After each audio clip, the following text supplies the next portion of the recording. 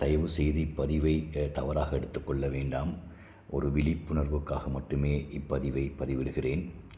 ஒரு 2 நாட்களுக்கு முன்பாக கிண்ணியா தாமரைவில் வெள்ள விவரங்களை அறிவதற்காக A15 வீதியினால், மட்டக்களப்பு வீதியினால் நானும் எனது நண்பரும் மோட்டார் பைக்கில் சென்று கொண்டிருந்த பொழுது கிண்ணியா ஆர்மி கேம்புக்கு முன்பாக இந்த சிறுவன் இவ்வளோ கொல்லிக்கட்டுகளையும் சுமந்து வந்த வேளை அது அப்படியே சரிந்து கீழே விழுந்ததன் காரணமாக அதை தூக்கிவிடுவதற்கு எத்தனித்து கொண்டிருந்த வேளை அவனுக்கான உதவிகள் அங்கு எடுத்து கொடுக்கப்படவில்லை.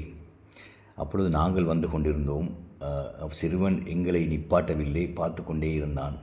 அப்பொழுது நாங்கள் இறங்கி இந்த கொல்லிக்கட்டை சீர் செய்து அந்த சிறுவன் மிகவும் மகிழ்ச்சியுடன் எடுத்து சென்ற பொழுது மனநிறைவாக இருந்தது.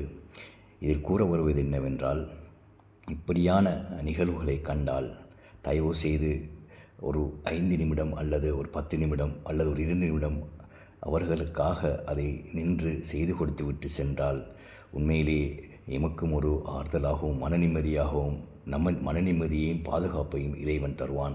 நிச்சயமாக நாமும் ஒரு நாள் இப்படி கஷ்டப்படும் பொழுது இன்னும் ஒருவர் நமக்கு வந்து அந்த உதவியை செய்வார்கள் என்ற ஒரு அதீத நம்பிக்கையுடன் நிச்சயமாக இறைவன் அப்படியான சந்தர்ப்பத்தை எங்களுக்கு தருவான்.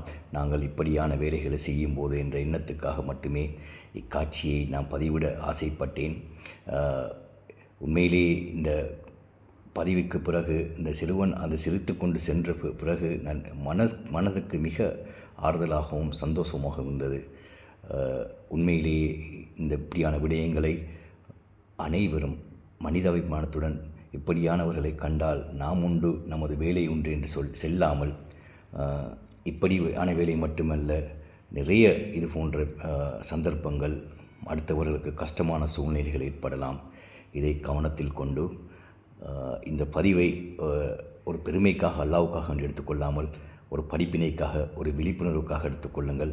அல்லாஹ் இறைவன் நம் அனைவருக்கும் அருள் பாலிப்பானாக, ரஹ்மத் செய்வானாக. வஸ்ஸலாம், ஐபுவன், வணக்கம்.